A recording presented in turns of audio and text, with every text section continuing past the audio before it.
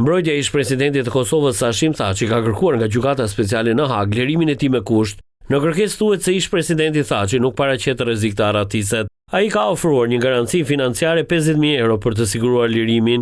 Ndër kushtet e renditura në kërkesë, përveç garancisë prej 50.000 euro, Thaçi ka premtuar se nuk do të largohet nga territori i Kosovës dhe do të dorëzojë pasaportën dhe çdo dokument tjetër udhtimi nëse lirohet nga qelia. Thaçi merr përsipër po ashtu se do të përmbahet nga bërja e çdo deklarate publike, drejt për drejt apo tërthorazi në media apo në rrjetet sociale, dhe se ai nuk do të diskutojë përmbajtjen e çështjes së tij me askënd përveç antarëve të caktuar të ekipit mbrojtës.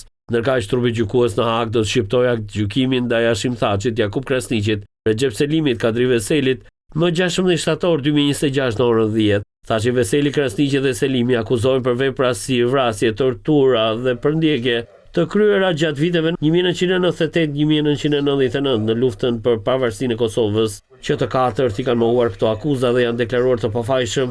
Prokurorët kanë kërkuar që ata të shpallen fajtor dhe secili të dënohet me nga 45 vite burgim. Mbi 130 dëshmitar kanë dëshmuar në seancat në Hag, ndërsa janë pranuar me shkrim 160 deklarata të dëshmitarëve të tjerë gjatë 3 viteve seanca gjyqësore. Gjyqi ndaj udhëheqësve të UÇK-s ka përfunduar në muajin shkurt, ndërsa ata janë mbajtur në paraburgim në Hag që nga viti 2020. Gjykimi ndaj shkrevëve të UÇK-s ka hasur në kundërshtime të shumta në Kosovë dhe anë kënd ku jetojnë shqiptar, të cilët kanë protestuar duke e parë Hagën si të njanshme, duke qenë se në atë gjykim nuk janë përfshirë krimet e kryera nga serbët në territorin e Kosovës.